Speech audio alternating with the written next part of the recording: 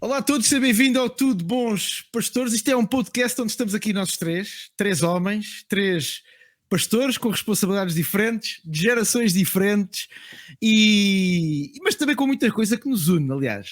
Parafraseando o Rui Veloso, é ou não é verdade? Eu acho que são mais as coisas que nos unem do que as que nos separam. Isto é do Rui Veloso, Tiago. Não é? Não estou enganado. Talvez Carlos T. Eu creio que sim. Que é uma canção, qual é que é? Eu já não me lembro o nome. Muito mais é o que nos une que é aquilo que nos separa. É isso, exatamente.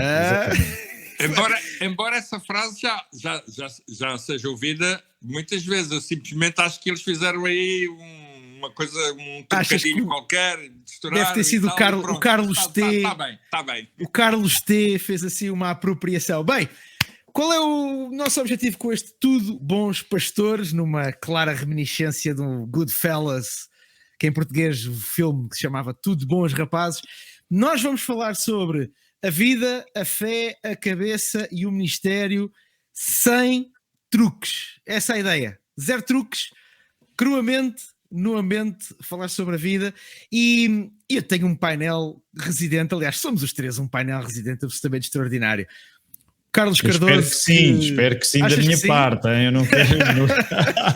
Eu é que estou aqui. Exatamente. Eu é que estou aqui com dois dinossauros, falando no sentido bom do termo, não no mau.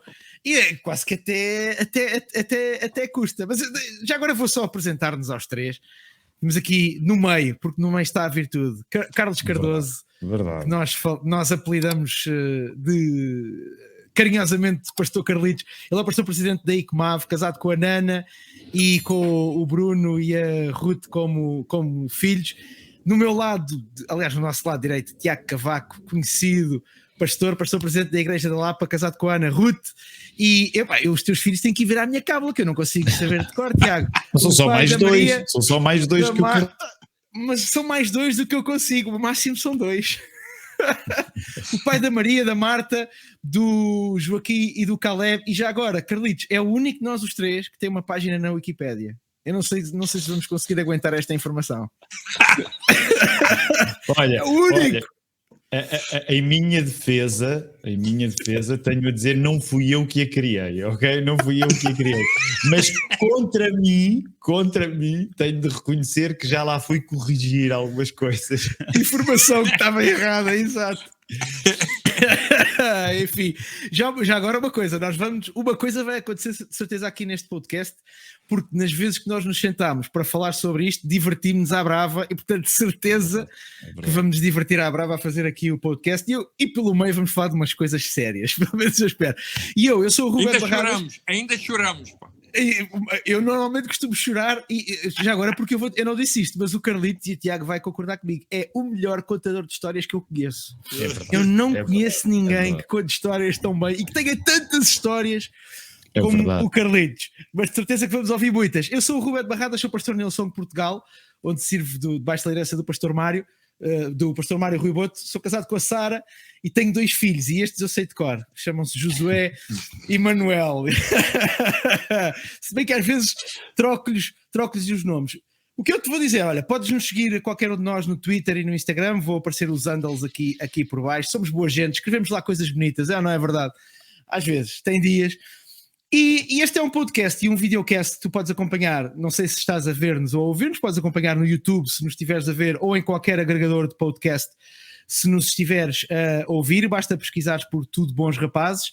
No YouTube o programa vai estar na página no canal do Perspectivar, que é um projeto pessoal que tenho desenvolvido também da área da saúde mental. Vamos falar um bocadinho sobre isso, mas podes ver-nos aí no podcast, na versão áudio, basta procurares por Tudo Bons Rapazes, no Spotify, na Apple, na Google Podcasts, onde quer que haja podcast. Meus amigos, o que é que nós vamos fazer? Vamos colocar o elefante aqui na sala, vamos falar sobre o nosso tema que escolhemos para o primeiro programa. Vocês estão prontos?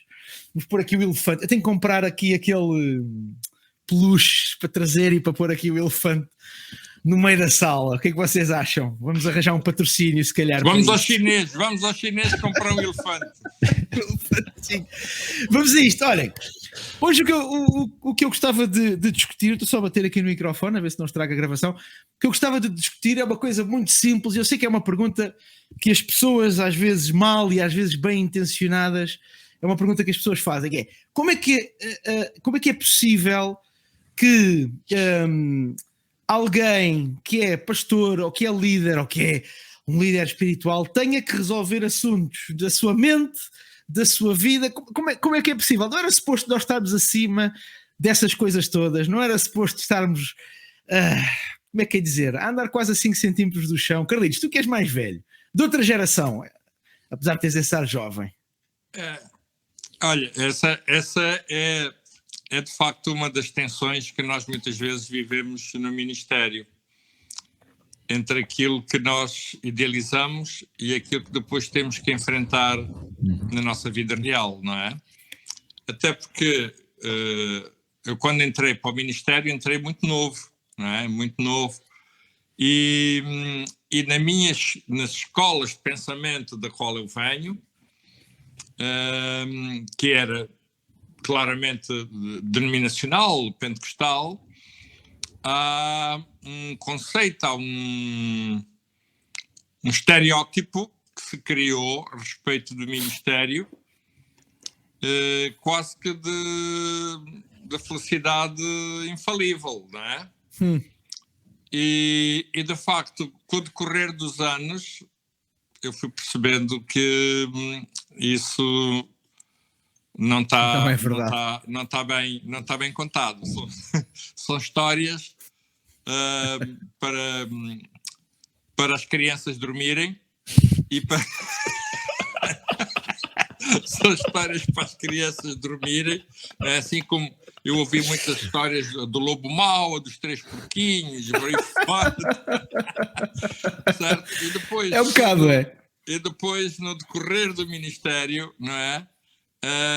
A gente verifica que, de facto, assim não é. Acho que vamos enfrentar determinadas situações extremamente duras e que, de alguma maneira, nos vêm confrontar com a vida real e que desmancham claramente esse conceito ideal, não é? Que tu estás a acabar de colocar, não é? E eu, com 66 anos de vida, e desde os 20 anos que eu estou no ministério, não pastoral, aí entrei em 1990 no ministério pastoral, mas até aí tive outras funções ministeriais nas igrejas por onde passei, e claramente percebi que há muitas vezes muitas construções que são feitas a respeito do ministério que depois no dia a dia não correspondem. Pessoalmente penso isso, não é? Tiago, o que é que tu, da tua experiência, tu tens já há alguns anos, já há alguns bons anos também a liderar uma igreja diretamente. O que é que nestes anos todos, e aliás, nós os dois temos também uma experiência direta relativa à saúde mental, o Carlitos também de forma indireta, e de certeza que durante os nossos programas vamos falar um bocadinho sobre isso. Eu perguntava-te que desafios, quais foram aqueles desafios que tu olhaste e viste mesmo que estava em jogo alguma coisa não externa, mas interna. Tu disseste, isto não é uma luta sobre o externo, não é uma luta sobre aquilo que está a acontecer fora de mim, isto é uma luta sobre o que está a acontecer dentro de mim. Bem, em primeiro lugar, eu encontro-me nas palavras que o Carlitos partilhou, porque mesmo que possa parecer estranho, nós lembrarmos, não é?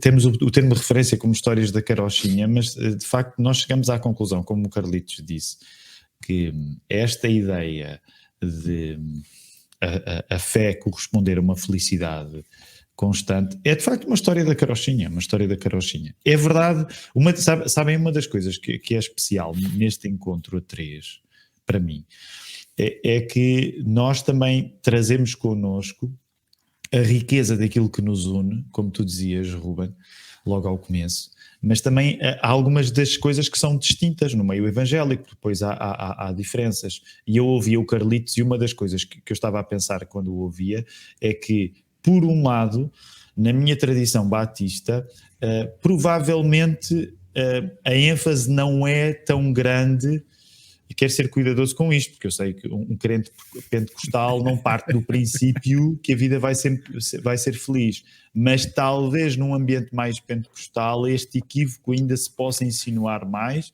do que, por exemplo, no contexto batista, onde nós os batistas, e é óbvio que estou a exagerar... Desculpa só, sobretudo nos neopentecostais. Sem dúvida. Mas, por exemplo, o mal dos batistas tende a ser o oposto, que é quase que não acreditam em felicidade de qualquer espécie. Há muito pouca gente feliz entre os batistas. É talvez a pior peça de publicidade que eu tenho visto em anos. Por isso é que é tão importante para mim estar convosco, ok? Que é para, pelo menos, eu quero iludir-me com a ideia que haja alguma felicidade para viver. Mas em relação àquilo que tu perguntavas, Ruben, eu acho, uma das coisas que para mim se tornou mais claro nos últimos anos é que...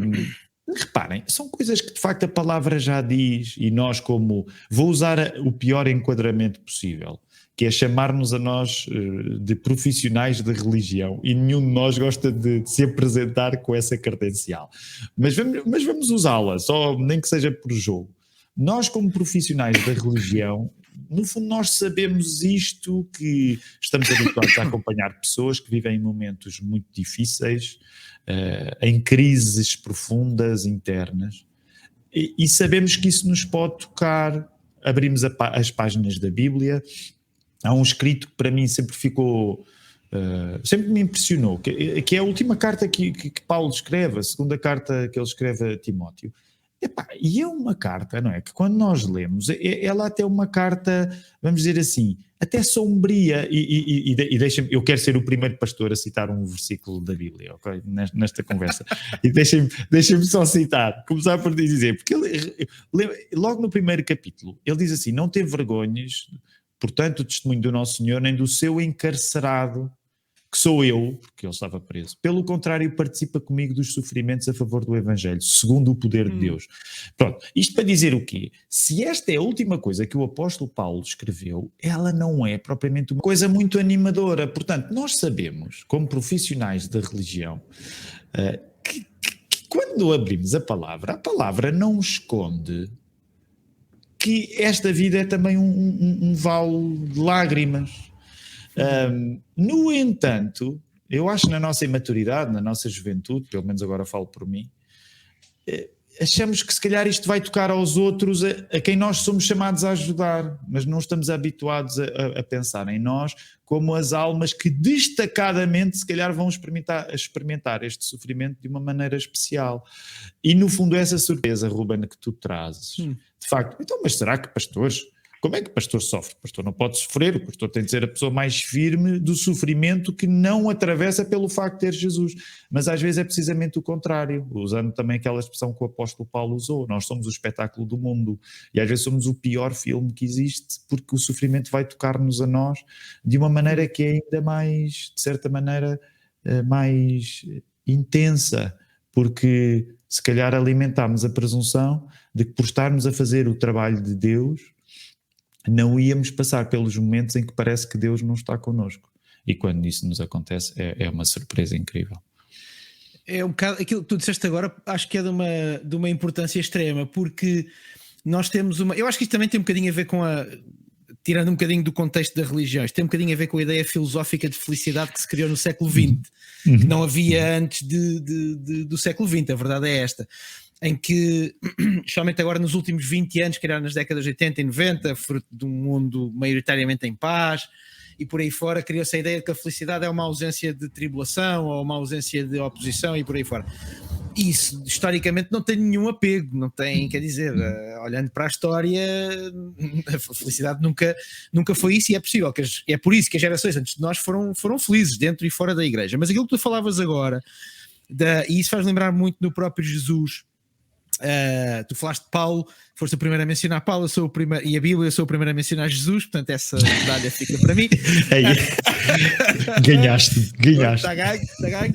É essa questão que estavas a falar agora do sozinho, né? do sentir de alguma forma abandonado, e não é por acaso que no momento, e vou agora entrar em full evangelho, mas que o grito lancinante de Jesus na cruz, quando meu pai, porque me abandonaste, não é? No momento, quer dizer, que é talvez a última coisa que nós imaginamos quando estamos a morrer, digo eu, que era o caso de Jesus, fisicamente, não é? Era na situação em que ele estava, o que faz pensar que a dor do abandono, até que ponto não é mais forte que a dor física da morte.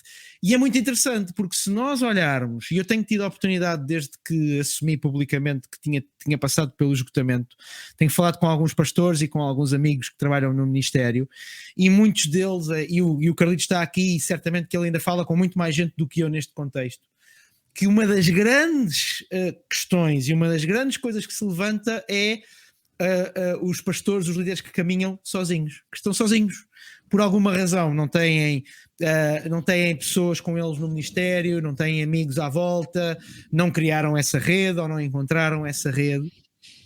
E essa definição, esse lugar onde tu estás sozinho, onde muitas vezes tu não tens ninguém, se calhar para falar de coisas tão específicas da tua vida, por exemplo, enquanto pastor, quando tens que lidar com as pessoas, quando tens que lidar às vezes, e como em tudo na vida, os seres humanos, todos nós somos assim, com a rejeição das pessoas, porque às vezes isso também acontece, e enquanto pastor tu tens que passar por isso, e passar por todas estas coisas e não ter ninguém ao teu lado, com quem tu possas falar às vezes um pouco, e que te possa ajudar a dizer, olha, mas isso é normal, ou já passei por isso, é talvez para mim das coisas mais difíceis, e se calhar foi o que me levou a um dia agarrarem vocês os dois e dizer, olha, e se nós fizéssemos aqui uma coisa relacionada com o ministério, por ter a noção e por ter esse feedback de que há tanta gente a trabalhar na causa, a trabalhar na obra da igreja e a trabalhar no ministério e que está completamente sozinha, caminha sozinho, não têm quem os ajude, e com isso obviamente sentem-se abandonados.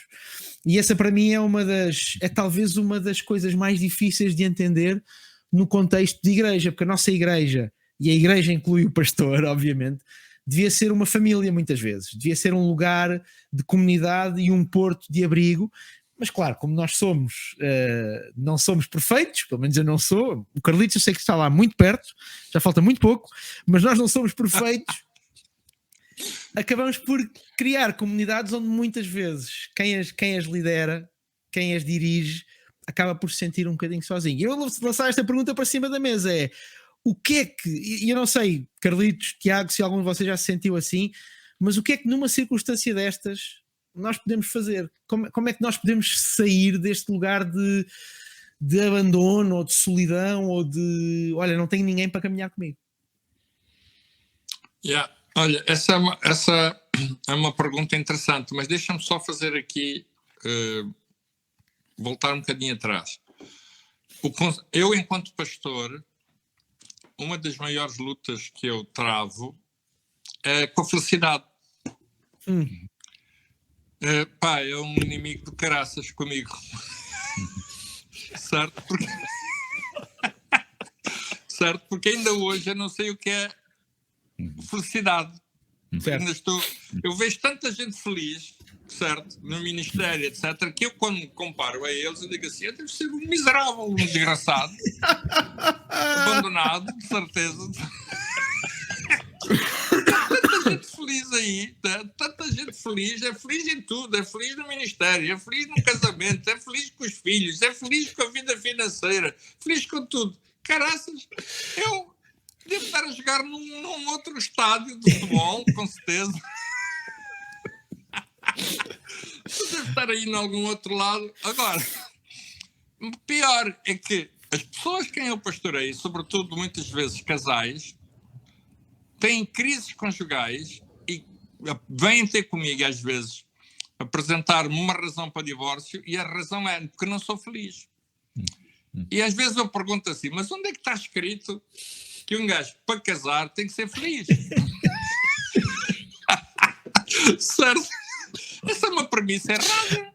Não é assim. Se tu, quando vais casar, casas para ser feliz, estás fechado. Na semana a seguir, tu vais descasar outra vez. Certo? E isto é uma coisa terrível, porque é a chamada tirania da felicidade. Porque toda a gente é feliz. A gente abre a televisão, toda a gente é feliz. Pá, a gente vê as notícias, toda a gente é feliz, toda a gente anda atrás da felicidade, não é? E isto é terrível, porque é a chamada tirania da felicidade, a tirania do prazer. Ou seja, tudo que não nos dá felicidade é para afastar, tudo que não nos dá prazer é para afastar, tudo aquilo que não está de acordo com os nossos padrões ideais de vida é para afastar, etc. Isso é terrível. E eu lido com isto no ministério, na minha própria vida, que existencial. Eu já passei por uma guerra civil, eu já estive sozinho, pá, eu já passei, através da minha relação conjugal, a minha esposa teve uma depressão durante 10 anos, depois situações anómalas. Quer dizer, não são propriamente circunstâncias dessas que fazem um homem feliz. Não são, de certeza. O indivíduo não pode ver a esposa a ser tratada, a dizer assim, eu sou feliz. Não é, de certeza absoluta. Não é? Então, este conceito, nós precisamos, nós pastores e cristãos em geral, grosso modo, precisamos de reformular isto.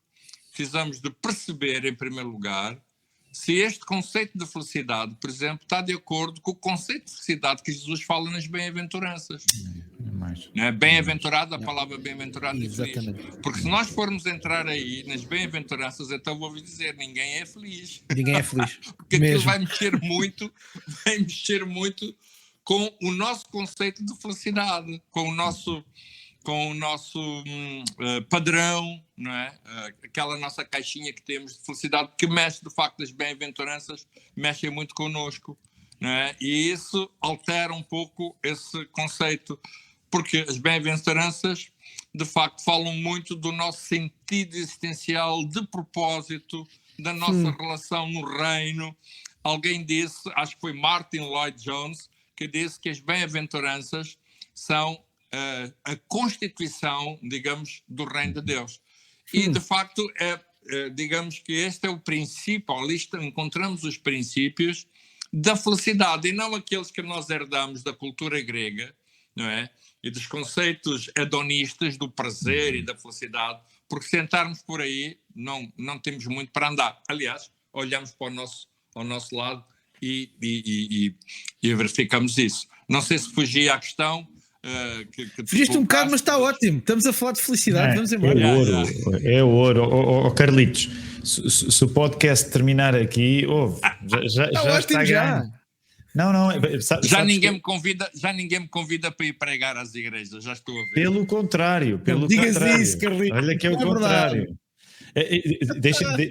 Deixem-me só reagir assim no imediato, porque é esta franqueza de Bíblia aberta que muitas vezes de facto nos falta. É difícil ter a coragem de assumirmos que diante destes padrões de expectativa de felicidade, porque de facto é interessante. Eu estava a ouvir o Carlitos e uma das coisas que eu estava a pensar é como se fosse uma lepra. A pessoa que de facto não é feliz é como se fosse é o leproso dos dias modernos, de certa maneira.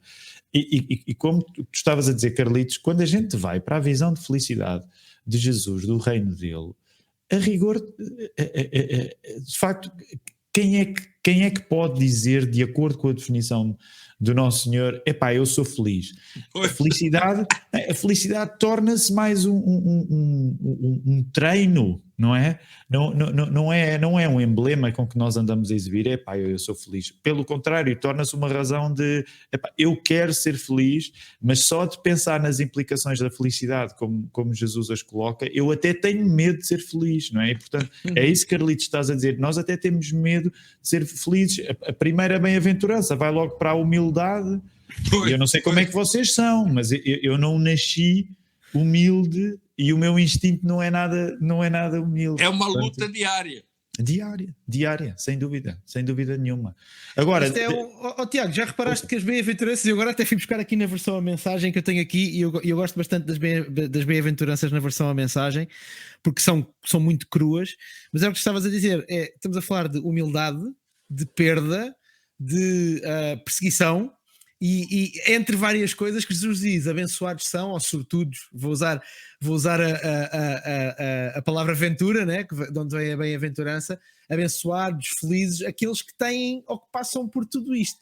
Isto não é um bocadinho... Bem, isto é anticultura, mas vou-te perguntar agora, tu que também tens uma... não só da tua igreja, mas tu não achas que de certa forma nós enquanto crentes andamos um bocadinho, enquanto cristãos, andamos um bocadinho a fugir a esta realidade de que a felicidade não é tanto aquilo que nos faz sentir bem, mas se calhar aquilo que nos coloca no caminho certo, não só na vida aqui, mas numa questão da eternidade? Eu acho que sim. Aliás, eu acho que quando o Carlitos agora estava a mencionar a verdadeira felicidade como nós cristãos a consideramos, ela de facto é bastante assustadora e por um lado livra-nos livra-nos da ideia de acharmos que ser feliz é uma coisa, vamos dizer assim, vocês conhecem aquela frase, eventualmente dos filmes, cuidado com o que desejas, não é? E cuidado com a felicidade que tu desejas para ti, porque isto pode parecer contraditório, mas podes tornar-te feliz de acordo com essa felicidade e isso não corresponder ao melhor que te pode acontecer. Porque, como o Carlitos dizia, esta bem-aventurança, quando Jesus fala nela, ela, se nós formos ler todas as 8 bem-aventuranças que lá estão, elas de certa maneira parecem até o contrário do que ser feliz para nós representa.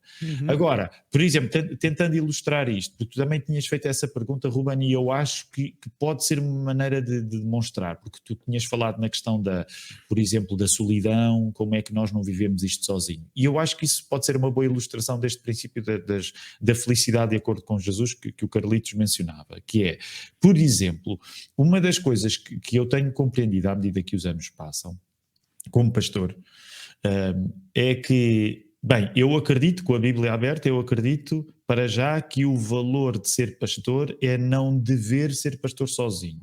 Portanto, eu olho para a palavra de Deus e ela parece-me ser clara acerca de que deve haver uma pluralidade de pastores em cada igreja.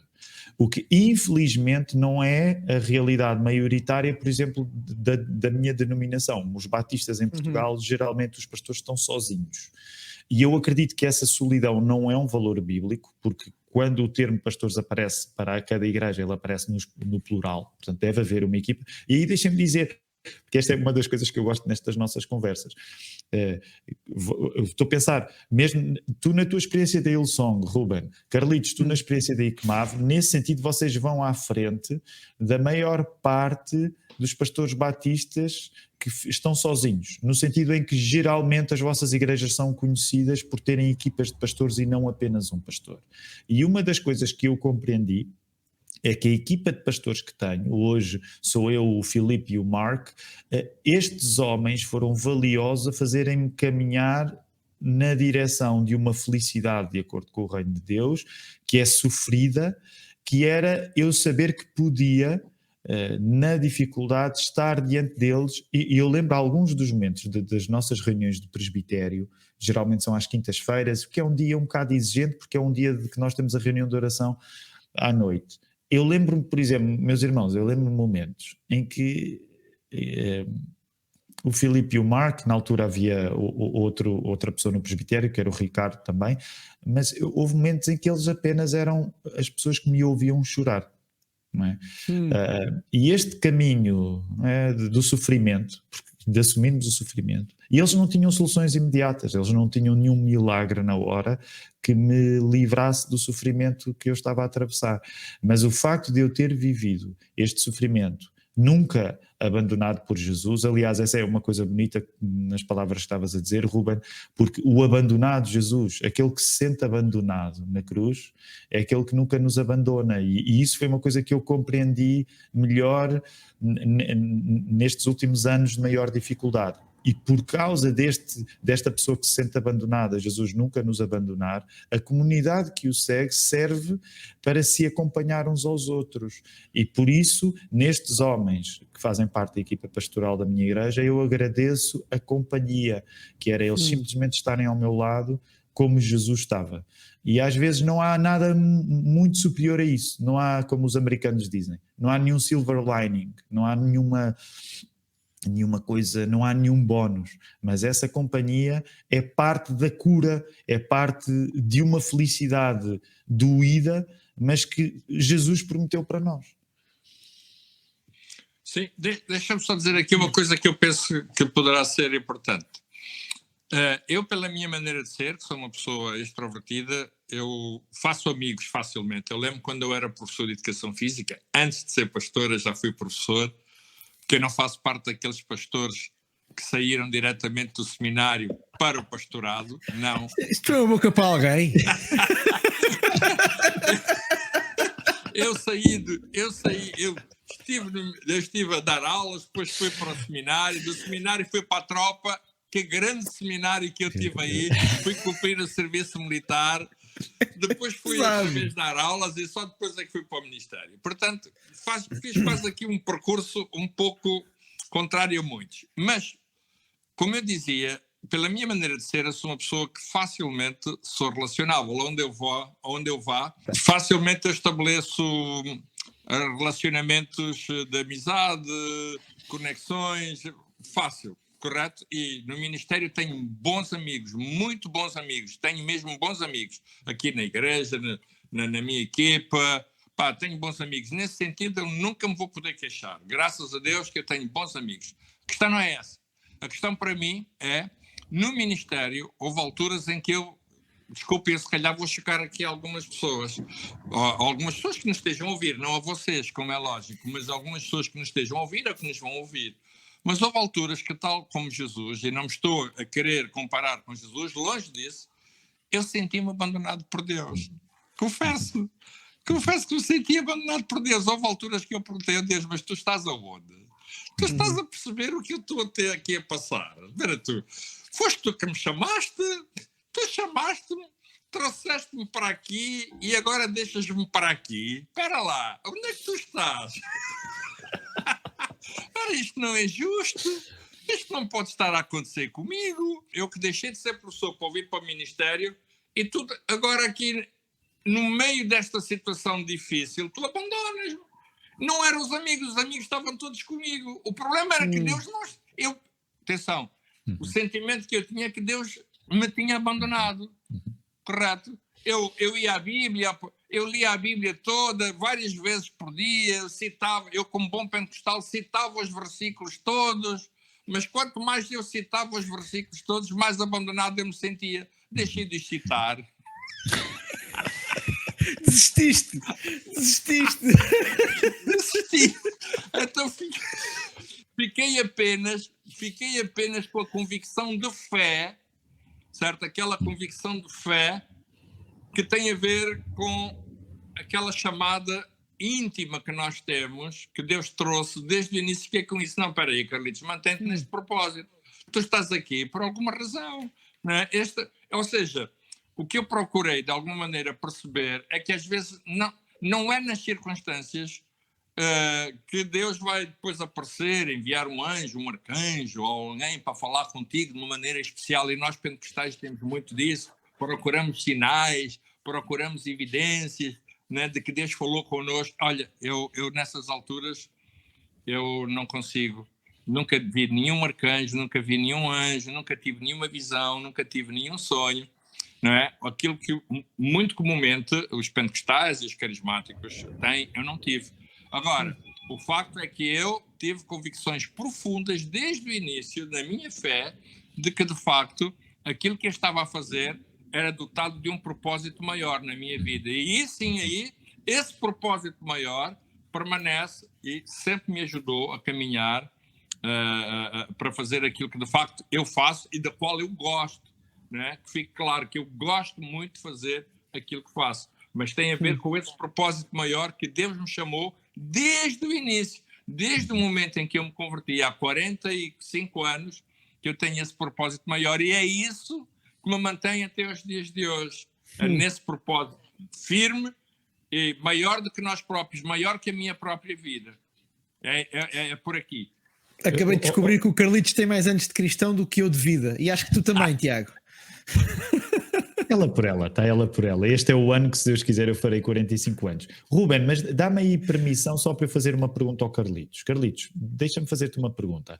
Como é que foi para ti? Porque tu mencionas uma coisa, e eu concordo 100%, que são os momentos em que de facto nós nos sentimos abandonados por Deus e olhamos para esse momento na cruz de uma maneira que até então nunca tínhamos olhado. Como é que foi para ti passar desses momentos em que te sentias abandonado por Deus para saberes que, apesar disso, Ele estava contigo? Como é que isso aconteceu na tua vida? Excelente pergunta. Olha, excelente. Olha, se queres te diga, foi um momento duro. Às vezes foram processos de tempo, sabes? Ou seja, aquilo que eu de facto me agarrei foi lembrar-me, e tive que vir cá atrás à minha história de vida e lembrar-me de que quando eu me converti, e foi a sério, foi mesmo, porque há aquelas pessoas que se convertem, mas vão-se desconvertendo ao longo dos anos. Não, vão-se desconvertendo ao longo dos anos, não. Foi a sério. Houve uma transformação clara, radical da minha vida. E eu fui lá atrás, à minha história, às minhas lembranças, às minhas memórias, e lembrei-me de que aquilo que tinha acontecido comigo e que Deus tinha feito comigo era coisa séria, era coisa a valer, correto? Não era coisa para se abandonar, não era coisa para se deitar para trás, não era coisa para se deixar, era coisa mesmo séria. E durante esse tempo, esses tempos difíceis, não é? Eu digo assim, não, espera aí, Carlitos, lembra-te daquilo que Deus fez contigo. É um pouco como aquele hino, velho hino da harpa cristã, né? Diz que lembra-te das quantas coisas Deus já tem feito na tua vida. Né? E eu tive que ir lá atrás, muitas vezes cantei o tal hino da harpa cristã, não é? Das coisas boas que Deus tinha feito na minha vida. Lembra-te quantas são, quantos milagres, quantas coisas extraordinárias aconteceram na tua vida, e tive que pegar nisso e trazê-las até ao momento para eu poder sentir o conforto, sentir a presença, essa presença que eu precisava, existencial, dentro de mim, acima de tudo. Não apenas uma emoção, não um sentimento que é muito característico e próprio dos pentecostais e dos carismáticos, mas uma convicção interior profunda daquilo que Deus tinha feito na minha vida, a história dela, as coisas que Deus, os milagres que Ele realizou dentro de mim, na transformação do homem que eu era para aquilo que eu sou hoje. E isso foi muito profícuo para o meu desenvolvimento, para a minha consolidação nas lutas que fui travando ao longo da vida, até pessoais, no meu casamento, na minha família, no meu ministério, que houve alturas muito complicadas, houve alturas que eu pensei se estaria no lugar certo, confesso. Uau. Deixa-me fazer uma pergunta agora eu ao Tiago, porque tu passaste há algum tempo, um bocadinho antes de mim, entre aspas, também por uma questão pessoal a nível de equilíbrio e de saúde mental. A minha pergunta é, quando tu passaste pelo teu processo, se tu alguma vez sentiste que estas crenças profundas que agora o Carlinhos estava a falar, alguma vez estiveram em jogo? E se sim, como é que ultrapassaste isso? E se não, o que é que tu achas que te conseguiu manter esse nível quase de dogma, do sentido de que eu não vou pôr isto em causa, e isto está guardado, isto de maneira nenhuma eu vou pôr em causa? Bem, olha, primeiro uma parte muito irritante, que é product placement, publicidade. No meu livro Arame Farpado no Paraíso, já está. Agora vai entrar aqui o... Epá, eu vim despreparado porque eu devia ter um exemplar agora e mostrava já, mas aqui à mão não tenho e não me vou levantar para isso. Mas de facto eu devotei um livro a falar sobre esse período e deixa-me colocar desta maneira, Ruben, até porque darmos nomes às coisas é uma função inevitável de nós termos algum domínio, algum controle sobre a nossa vida. Foi isso que Deus mandou fazer a Adão, vais dar nomes aos animais. E então, hoje, a ciência médica, obviamente, qualquer área, qualquer área da vida precisa dar nomes às coisas para sentir que sabemos mais ou menos o lugar onde estamos e quem somos.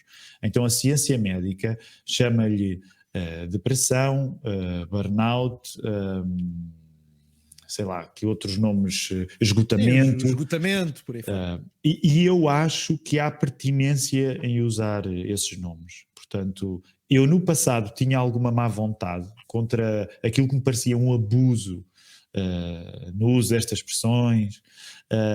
Aliás, agora há uma nova que tu também já trouxeste para a mesa, Ruben, que já tornasse uma frase comum, a ideia da saúde mental e tudo isso. E ao ter passado por um período em que estas coisas se tornaram nomes que descreviam alguma coisa que eu estava a viver mesmo, ainda assim eu continuo a preferir um nome muito mais simples, muito menos clínico, mas que foi aquele que eu encontro nas escrituras, que foi um período de trevas. É um período de trevas. Certo.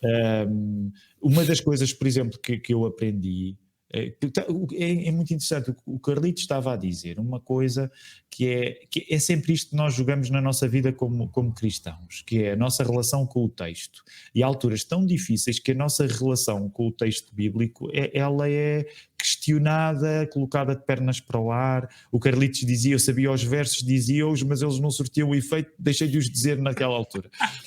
Comigo aconteceu uma coisa parecida, que foi uma leitura realmente nova de alguns textos que fazem parte da nossa linguagem. Salmo 23. E de facto, eu sabia que o Senhor... Aliás, eu sabia em teoria, eu aprendi na prática de uma maneira mais eficaz que o Senhor era comigo mesmo no vale da sombra da morte. Lá está, é sombra, a linguagem da treva, a sombra. Uma das coisas que eu não tinha compreendido é que qualquer lugar na nossa vida, por muito sol que tenha, pode ser um lugar de trevas. E esse foi o choque para mim. Quando, nos últimos 5 anos, eu me vejo apanhado, por um lado, sem razões muito racionais, apesar de haver algumas. Aliás, deixem-me dizer assim, vocês não precisam concordar com esta expressão que eu vou usar. A minha geração de pastores está a fritar, não é? Eu acho que estamos todos a fritar um pouco, não é? Estamos todos a fritar porque lá está, estávamos despreparados para aquilo que a vida a sério é, e quando a vida a sério nos acontece, nós percebemos, aquela linguagem do salmista, ela não é nada exagerada. Por exemplo, os exageros dos salmos são hoje uma coisa que eu me tento apropriar e que me liberta, porque posso ser exagerado como a Bíblia é. Nós começamos a ler determinados salmos e aos olhos da medicina contemporânea, David seria no mínimo bipolar, porque começa por agradecer, mas a meio já está zangado, depois volta a agradecer outra vez, ele não se decide. Portanto, nesta experiência no fundo do conhecimento das trevas, o que também esteve em causa foi voltar a descobrir na palavra aquilo que já lá estava, mas eu não tinha grandes olhos para ver. E ao dizer isto, esqueci-me da tua pergunta, Ruben, que é sinal... Não, estava relacionado com a forma como tu passaste por essa fase de trevas na tua vida. Se isso tinha, a minha pergunta era simples, se tinhas colocado coisas básicas e basilares em jogo, crenças basilares em jogo, se sim, como é que tu ultrapassaste isso, e se não, como é que tu mantiveste essas crenças condensadas, digamos assim? Eu vou seguir nas pegadas daquilo que o Carlitos partilhou, porque me identifico muito com o que ele disse, que é... Eu acho que de uma perspectiva até, vamos dizer, mais dogmática, intelectual, doutrinária, não houve nada que eu tenha questionado e que tenha sido mudado substancialmente. O que houve foi uma maneira diferente de olhar para aquilo que eu já acreditava. E, portanto, é como se aquilo que eu acreditasse na experiência do sofrimento, na experiência até da aparência do abandono, tornou-se mais palpável. E eu acho que o Carlitos ainda há bocado mencionou os gregos, e eu acho que tinha uma perspectiva... É óbvio que os gregos têm uma tradição larga, e há gregos assim e gregos assado, mas é verdade que, no geral, eu acho que tinha uma visão um pouco grega, muito teórica, muito dividida entre ideias e coisas reais, teoria e prática. E o que acho que aconteceu é que tudo se tornou mais físico. Portanto, só para dar este exemplo, há um momento difícil, um momento muito patético, muito ridículo, que aos olhos da medicina poderia ser descrito como um ataque de pânico. E esse momento há uma solidão indescritível que eu nunca tinha vivido dessa maneira. A Ruth estava ao meu lado, porque estávamos numa viagem a Seattle, nos Estados Unidos. A Ruth está a dormir e esse momento de solidão é tão grande e tão absurdo e tão ridículo que eu nem sequer tenho coragem de acordar a Ruth. Eu não sei o que é que está a acontecer comigo. E é tão absurdo que eu nem sequer sou capaz de a acordar, porque se eu a acordasse eu não tinha uma linguagem pronta para lhe transmitir a angústia que eu estava a viver. Portanto, nesse momento eu experimento uma solidão total, identifico-me com aquilo que o Carlitos dizia, um abandono total, e por isso é que eu também lhe fiz a pergunta que fiz, porque esse momento é um momento muito drástico, muito difícil, mas é verdade, há um momento em que eu oro e peço ao Senhor que ele a minha oração foi: Jesus, dá-me a certeza que estás aqui comigo. E o que eu vos posso dizer, como o Carlitos dizia, não me apareceu um anjo, não tive nenhuma epifania, mas é verdade que me foi dada a coisa mais preciosa que eu já vivi na vida e não quero repeti-la, ok? É o melhor que eu vivi, mas eu não quero voltar lá. Que foi, eu na altura tive a certeza que Jesus estava comigo. E, portanto, foi o momento mais horroroso que vivi, e eu não sei explicar, é um paradoxo, mas foi o momento em que eu soube que Jesus estava lá comigo. E depois como é que aconteceu? Depois foi uma noite tão corriqueira e comezinha como todas as outras. Depois dessa maior angústia eu adormeci e ao dia a seguir acordei e fui beber café. A nossa vida é um absurdo, meus queridos. Isto só se resolve quando nós encontramos o nosso Senhor. Eu diria que o Senhor estava-te a chamar para seres pentecostal. Pá. Eu no coração, tu sabes que eu sou. Eu acho que tu falta-te aí essa parte. Vocês sabem que eu sou um batista falso. Por isso é que os batistas cada vez têm menos paciência para mim, porque eu sou um batista falso. Eu vou cortar este clipe, Tiago, eu vou cortar só estes 20 segundos, estes últimos 20 segundos do podcast e vou espalhar por todo lado. À vontade. Eu próprio, tu espalhas e eu espalho logo a seguir. Exato. Meu Deus. Pá, eu estou admirado como é que tu não obedeceste ao Senhor para ser pentecostal, pá. Eu acho que ainda estou no processo de lhe estar a obedecer. Hein? Tu não sabes onde é que isto vai acabar. É impressionante como estamos a falar de uma coisa tão profunda e tão séria, né? E vai desaguar. Enfim. Porque Ruben é a ilustração perfeita daquilo que a nossa vida é, porque é uma tragédia mesmo, mas é uma tragicomédia ao mesmo tempo. E nós temos... Deixem-me só dizer isto. Eu acho que uma das coisas mais difíceis para nós pastores... É interessante porque um dos últimos textos que publiquei no Observador era acerca disto, que é uma coisa fantástica em ser pastor evangélico é que nós estamos livres para assumir o ridículo e não aproveitamos esse privilégio. Porque, ao contrário dos outros que passam a vida a tentar dar uma ideia de, sei lá, de sanidade, qual é a sanidade que existe? Se nós fôssemos sãos, não precisávamos de um Salvador. E nesse sentido, nós, os pastores, temos esse privilégio. Deixem-me dizer, é isso que, por exemplo, para mim é absolutamente inspirador quando ouço, por exemplo, o Carlitos a falar e sei que com ele, permitam-me dizer, assim, não há tretas, não vai haver aqui um pastor que do alto da sua experiência. E, portanto, isso é importante, porque eu identifico-me nessa verdade nua e crua, tão nobre. E Carlitos, o que eu estou a dizer, tu percebes que é um elogio, mas tão nobre como ridículo, às vezes é ridículo.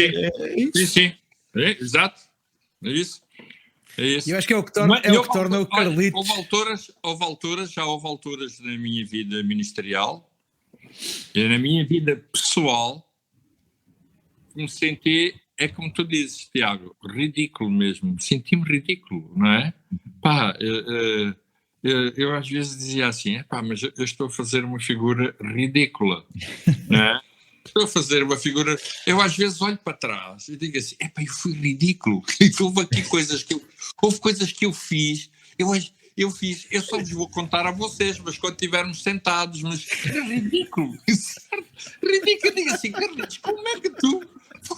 É assim, é que uma vez pensaste que isto era boa ideia.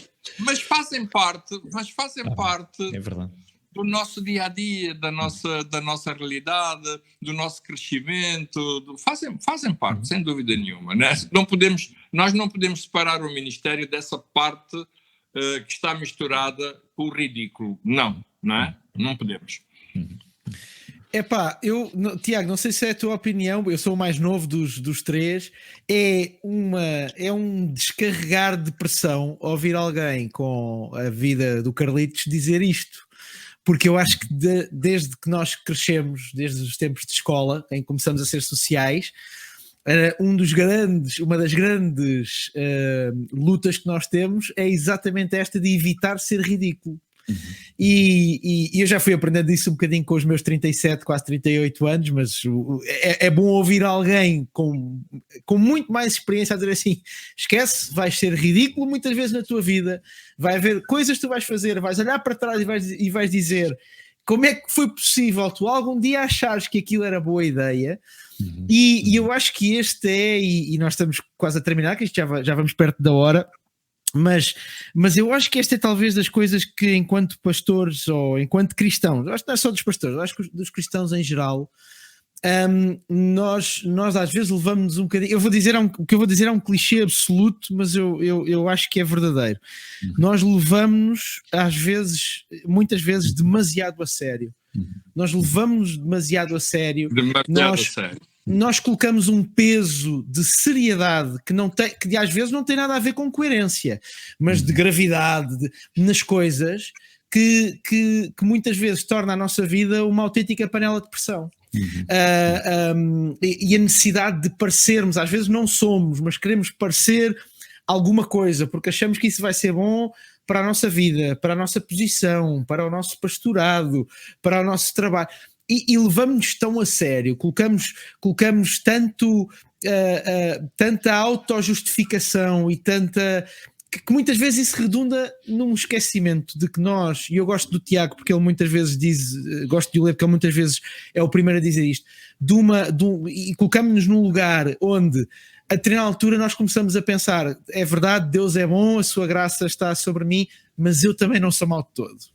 Eu também não sou nada de deitar fora. Eu até brinco com isso muitas vezes na igreja. Às vezes até brinco com isso. Mas nós também não somos maus de todo. Eu tenho de dizer que, como calvinista, eu sou incapaz de usar essa expressão.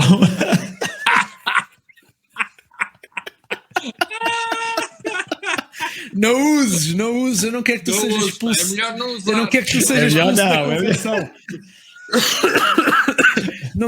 Não quero ficar com essa responsabilidade. Mas falando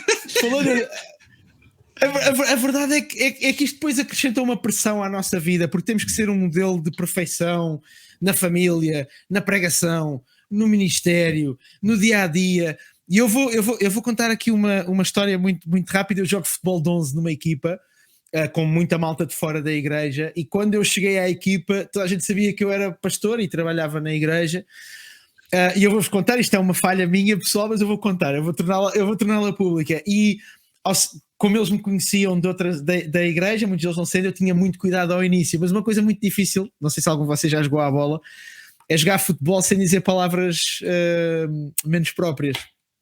E nunca mais esqueço num treino. Eu estava a treinar, já foi há uns anos, e levei uma porrada, como nós costumamos dizer no futebol, e saiu assim uma palavra menos bonita, e eu lembro-me que algum do pessoal à minha volta olhou para mim com uma cara. Estamos a falar de uma expressão que é absolutamente utilizada por toda a gente, mas eles não estavam à espera e eu próprio naquela altura fiquei tão envergonhado, mas foi muito interessante, porque eu hoje olho para trás, e aquilo foi um momento de viragem na minha relação com aqueles homens. Porque de repente eles deixaram de olhar para mim como uma pessoa altiva ou assim muito... E começaram a dizer, este gajo é igual. E eu sei que isto é muito... Eu não estou a menorizar o facto de ter feito uma coisa que não devia ter feito.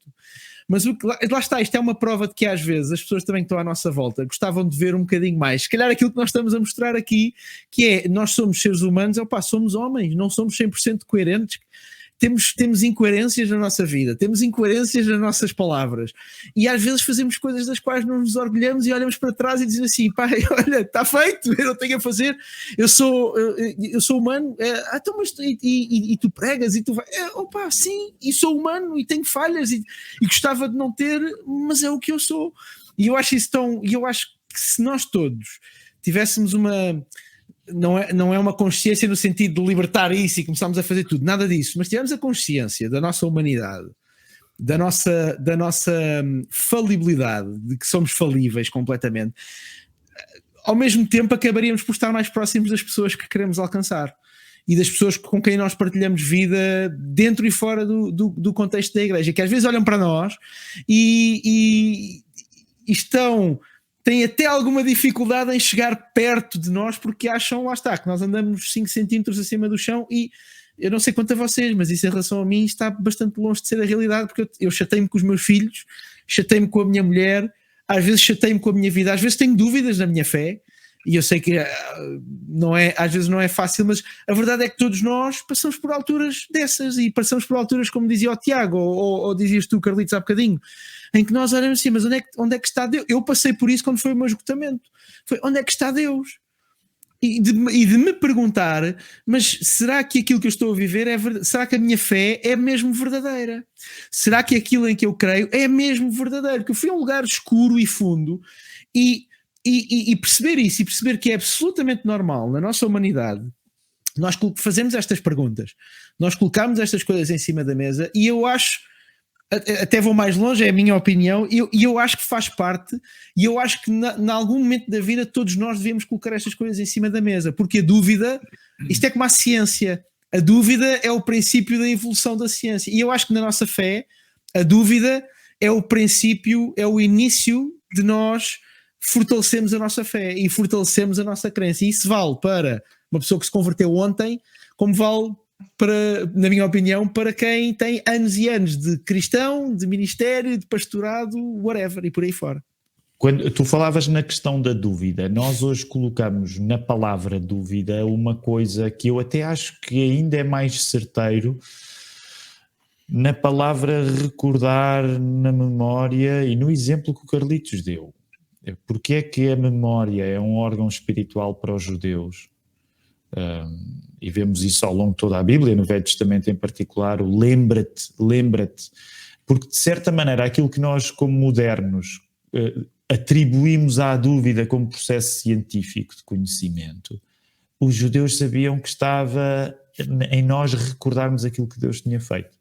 Portanto, talvez uma das coisas que nos leva ao conhecimento mais exato que podemos ter acerca de Deus, seja em quando as perguntas surgem, nós fazemos o mesmo que o Carlitos mencionou, que é lembra-te, lembra-te, não faças do presente tudo, não tomes a parte pelo todo, porque a história que Deus tem contigo é uma história mais antiga, e é por isso que nessa medida a memória é de facto um músculo espiritual que nós tendemos a esquecer em dias demasiado rápidos e demasiado centrados no aqui e no agora. E isso, por exemplo, foi uma coisa que ficou comigo, daquilo que o Carlitos começou logo por dizer, naquele processo de abandono que ele próprio sentia. Sim. Maravilha. Meus queridos, olha, eu há uns anos ouvi uma frase que dizia: o elefante, quando é grande, trata-se de uma maneira, vai-se cortando às postas. E acho que foi o que nós fizemos hoje. Metemos o elefante na sala, cortámos-lo às postas, e resta-me agradecer a vocês, meus queridos, por embarcarem nesta aventura e falarmos de forma tão sem truques, como o Tiago sugeriu quando estávamos a fazer o brainstorming, sem truques, porque eu acho que é mesmo fundamental. E agradecer já agora... Sem nada na manga. As minhas mangas hoje estão um bocadinho largas. Hoje não há nada. As minhas também. E a promessa, vou tornar público aquilo que nós falamos esta semana. Carlitos, estamos à espera de financiamento para fazer isto em direto e em estúdio. Se houver aí alguém... Temos que ver isso, pá. Temos que arranjar essa cena, pá. Se houver alguém que esteja aí desse lado, que queira desse lado, assim, a gente faz isso, pá. Nós juntamos os três... E deixem-me sonhar um pouco mais, imaginem isto não só connosco os três juntos, mas até com algum pessoal junto também, não é? Isso tinha uma certa graça, Já estou a imaginar aí, já sei que nomes é que tens em mente. Isso tinha graça. Que maravilha. Que maravilha. Por isso, olha, obrigado a quem esteve aí desse lado a assistir. Este é o primeiro episódio. Nós vamos fazer aqui uma primeira temporada com alguns episódios. Por isso, o que é que eu te vou pedir? Para dropares aí um like, usar aqui uma expressão bem nova, dropar aí um like, um subscribe se estiveres no YouTube, fazeres uma avaliação se estiveres aí no Spotify, na Apple Podcast, para nós conseguirmos também, podemos chegar a mais gente, e eu acho que é importante também este tipo de conversas. Cortámos o elefante às portas e já sabes que aqui no Tudo Bons Pastores nós falamos sobre a vida, sobre a fé, sobre o ministério, sem truques, até porque deste lado somos todos bons pastores, meus queridos. Muito obrigado por ter estado aí, obrigado Carlos, obrigado Tiago, um grande abraço. Um abração para vocês, pá. Um abraço, Deus vos abençoe.